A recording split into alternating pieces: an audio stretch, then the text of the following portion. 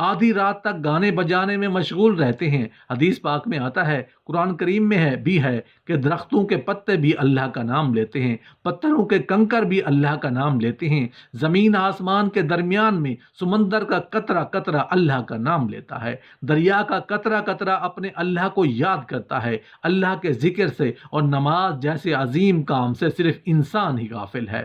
محترم ناظرین، ہم آپ کو نماز میں آنکھیں بند کرنے کے حوالے سے فقہا کی کیا رائے ہے وہ بھی بتائیں گے، لیکن اس سے پہلے ضروری ہے کہ رسول اللہ صلی اللہ علیہ وآلہ وسلم کی نماز کیسی تھی اس حوالے سے بات کی جائے، کیونکہ حدیث پاک کا مفہوم ہے کہ تم نماز ویسے ہی ادا کرو جیسے تم نے مجھے ادا کرتے ہوئے دیکھا ہے۔ تو ناظرین، اس لیے ضروری ہے کہ رسول پاک صلی اللہ علیہ وآلہ وسلم کی نماز کی حالت کے بارے میں جاننا چاہے۔ اللہ کے نبی یہ نماز کس طرح سے ادا کرتے تھے؟ اللہ تعالیٰ کے محبوب بندوں میں انبیاء کرام علیہ السلام، صحابہ کرام رضوان اللہ تعالیٰ علیہم اجمعین اور اولیاء کرام رحمت اللہ علیہ، اللہ تعالیٰ نے انہیں اپنی رحمت خاص سے نوازا اور انہیں مقام ابدیت سے سرفراز کیا۔ ان محبوب ہستیوں کی نماز میں بے پناہ محویت، خشوع و خضوع تھا۔ رسول اللہ صلی اللہ علیہ وآلہ وسلم اعلان نبوت سے پہلے بھی غار حرا میں کافی عرصہ عبادت الہی میں مصروف رہے، مگر جب آپ صلی اللہ علیہ وآلہ وسلم نے اعلان نبوت فرمایا تو آپ صلی اللہ علیہ وآلہ وسلم کو نماز کا حکم ملا اور آپ صلی اللہ علیہ وآلہ وسلم اس پر کاربند ہو گئے۔ ابتدا میں آپ چھپ کر نماز ادا کیا کرتے تھے۔ رسول اللہ صلی اللہ علیہ وآلہ وسلم کی نماز مثالی ہے، آپ کی نماز میں حد درجے کی مثال تھی، گویا کہ آپ کی نماز کامل تھی۔ آپ صلی اللہ علیہ وآلہ وسلم نفلی نمازوں میں بھی خشیت الہی سے اشک بار ہو جاتے اور اللہ تعالیٰ کی طرف اتنی لگن اور محبت سے توجہ ہوتے کہ دنیا کے ہر خیال سے بے نیاز اور بارگاہ رب العزت کے بالکل قریب ہو جاتے۔ اللہ تعالیٰ کے حضور آپ صلی اللہ علیہ وآلہ وسلم جیسی کامل اور مقبول نماز نہ کوئی پڑھ سکا نہ کوئی پڑھ سکے گا۔ آپ تہجد پڑھا کرتے تھے اور شروع میں آپ صلی اللہ علیہ وآلہ وسلم پر نماز تہجد فرض تھی۔ اس کے کچھ عرصے کے بعد صبح و شام آپ صلی اللہ علیہ وسلم نے 2 رکعتیں پڑھنا شروع کر دی۔ اس کا ذکر قرآن پاک میں یوں ہوا، صبح و شام اپنے پروردگار کا نام یاد کیا کرو اور رات کے وقت دیر تک اس کو صدا کیا کرو، اس کی تسبیح کیا کرو۔ مفسرین کا کہنا ہے کہ رات کو اٹھ کر دیر تک نماز پڑھنے کا حکم 1 سال تک باقی رہا۔ اس کے بعد رات کی نماز فرض کی بجائے نفل ہو گئی۔ تہجد کے نفل ہو جانے کے بعد بھی رسول اللہ صلی اللہ علیہ وسلم شب میں کثرت سے نماز پڑھا کرتے تھے اور بڑی قرات کیا کرتے تھے۔ بعد میں جب 5 نمازیں باجماعت فرض ہو گئیں تو آپ صلی اللہ علیہ وآلہ وسلم نے آخری دم تک اس فریضے کو بڑے احسن طریقے سے سر انجام دیا۔ آپ صلی اللہ علیہ وآلہ وسلم کی نماز میں اتنی عاجزی اور خشوع و خضوع ہوتا کہ اس کی مثال نہیں ملتی۔ بخاری شریف میں ہے کہ ایک بار ایک شخص نے ام المومنین حضرت عائشہ صدیقہ رضی اللہ عنہا سے درخواست کی کہ حضرت محمد صلی اللہ علیہ وسلم کی کوئی عجیب بات جو آپ نے دیکھی ہو بیان کیجیے۔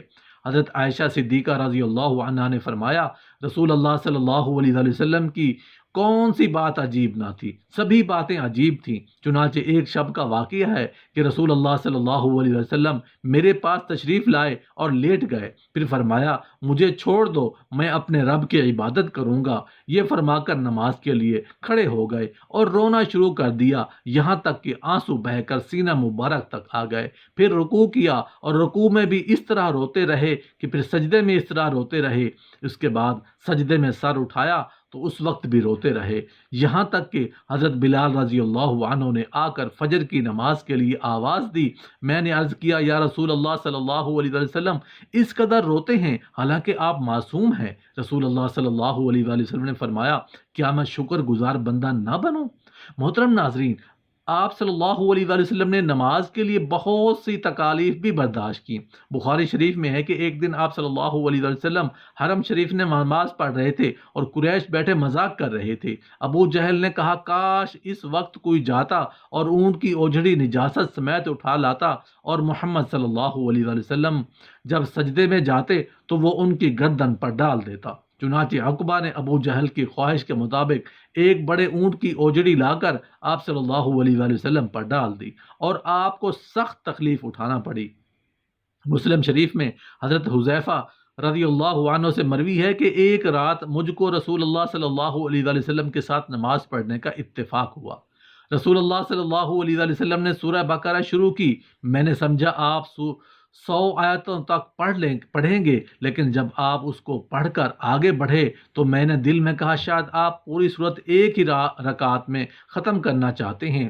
چنانچہ آپ نے اس صورت کو ختم کیا تو میں نے خیال کیا اب آپ رکوع کریں گے، لیکن آپ صلی اللہ علیہ وآلہ وسلم سورہ آل عمران شروع کر دی اور وہ بھی ختم ہو گئی۔ سورہ النساء شروع کر دی۔ رسول اللہ صلی اللہ علیہ وسلم بہت ٹھہر ٹھہر کر نہایت سکون و اطمینان سے قرات فرما رہے تھے اور ہر آیت کے مضمون کے مطابق درمیان میں تسبیح اور دعا کرتے جاتے۔ اس کے بعد رسول اللہ صلی اللہ علیہ وآلہ وسلم نے رکوع کیا اور رکوع میں بھی قیام کے برابر توقف کیا فرمایا، پھر کھڑے ہوئے اور اتنی ہی دیر کھڑے رہے، پھر سجدہ کیا اور سجدے میں بھی اس قدر دیر فرمائی۔ حضرت عوف رضی اللہ عنہ کہتے ہیں کہ ایک رات میں رسول اللہ صلی اللہ علیہ وسلم کے ساتھ تھا۔ رسول اللہ صلی اللہ علیہ وسلم نے مسواک کیا، وضو فرمایا، نماز کے لیے کھڑے ہو گئے۔ میں بھی رسول اللہ صلی اللہ علیہ وسلم کے ساتھ نماز میں شریک ہوا۔ رسول اللہ صلی اللہ علیہ وسلم نے ایک رکعت میں پوری سورہ بقرہ پڑھ ڈالی۔ جہاں رحمت کی آیت آتی ہے ٹھہر جاتے اور دیر تک رحمت کی دعا مانگتے رہتے۔ سورت کے آخر پر رکوع کیا اور اتنی دیر تک رکوع میں رہے جتنی دیر سورہ بقرہ کی قرات میں لگی تھی۔ رکوع کے بعد اتنا ہی طویل سجدہ کیا۔ دوسری رکعت میں سورہ آل عمران پڑھی۔ اسی طرح ہر رکعت میں پوری ایک سورت پڑھتے رہے۔ تو محترم ناظرین، رسول اللہ صلی اللہ علیہ وآلہ وسلم اس طرح سے نماز پڑھا کرتے تھے۔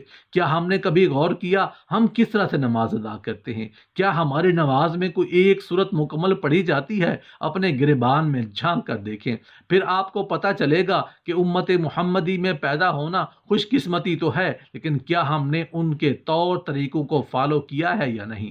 تو ناظرین، اب بات کرتے ہیں کہ کیا نماز میں آنکھیں بند کرنا صحیح ہے یا نہیں۔ اس حوالے سے فقہا نے کیا فرمایا ہے؟ اہل علم متفقہ طور پر نماز میں بلا ضرورت آنکھیں بند کرنے کو مکروہ کہتے ہیں۔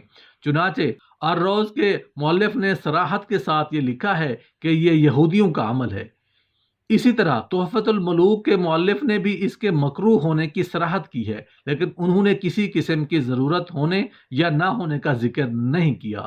اور کاسانی رحمۃ اللہ علیہ کہتے ہیں کہ یہ مکروہ ہے کیونکہ یہ سنت سے متصادم ہے، کیونکہ نماز کی حالت میں سجدے کی جگہ پر دیکھنا شرعی عمل ہے، نیز یہ بھی کہ ہر عضو کا عبادت میں حصہ ہے، چنانچہ اسی طرح آنکھوں کا بھی عبادت میں حصہ ہے۔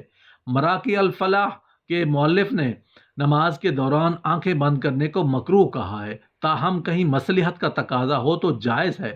بلکہ انہوں نے یہ بھی کہا کہ بسا اوقات آنکھیں بند کرنا آنکھیں کھولنے رکھنے سے بہتر ہوگا۔ امام عاص بن عبدالسلام رحمۃ اللہ علیہ نے اپنے فتویٰ میں ضرورت کے وقت آنکھیں بند کرنے کی اجازت دی ہے۔ اگر اسے نماز میں خشوع زیادہ پیدا ہونے کا امکان ہو تو آنکھیں بند کی جا سکتی ہیں، جبکہ ابن قیم رحمۃ اللہ علیہ نے زاد المعاد میں صراحت کے ساتھ لکھا ہے کہ اگر آنکھیں کھول کر رکھنا ضروری ہے اور اگر آنکھیں بند کر کے رکھنے سے زیادہ خشوع پیدا ہوگا، مثلا کوئی ایسے نقش و نگار یا کوئی اور چیز موجود ہے جس سے خشوع میں خلل پیدا ہوتا ہے، تو پھر قطعی طور پر مکروہ نہیں ہے، بلکہ ایسی صورت میں آنکھیں بند کرنے کو مستحب کہنا مقاصد شریعت سے مکروہ کہنے کی نسبت قریب تر ہے۔ تو ناظرین، فقہا کے فرمان کے مطابق ہم نے دیکھا کہ کیا نماز کے دوران آنکھیں بند کی جا سکتی ہیں یا نہیں۔ بہرحال بہتر یہ ہے کہ آنکھیں کھول کر نماز پڑھی جائیں، کیونکہ نماز پڑھنے کے دوران سجدے کی جگہ پر دیکھنا ضروری ہے۔ ناظرین، آخر میں اللہ تعالیٰ سے دعا ہے کہ اللہ تعالیٰ ہمیں دین کی سمجھ عطا فرمائے، ہماری نمازوں میں خشوع خضوع پیدا فرمائے، جس طرح رسول اللہ صلی اللہ علیہ وآلہ وسلم نے زندگی گزاری ہے انہی کے نقش قدم پر چلنے کی توفیق عطا فرمائے۔ ہم رسول اللہ صلی اللہ علیہ وسلم پر سنتوں پر عمل کرنے والے بن جائیں، ہمارا جینا مرنا رسول اللہ صلی اللہ علیہ وسلم کی اتباع میں گزرے، ہم رسول اللہ صلی اللہ علیہ وسلم کے سچے پکے امتی بن جائیں۔ یا اللہ پاک ہمارا خاتمہ ایمان پر فرمانا، آمین یا رب العالمین۔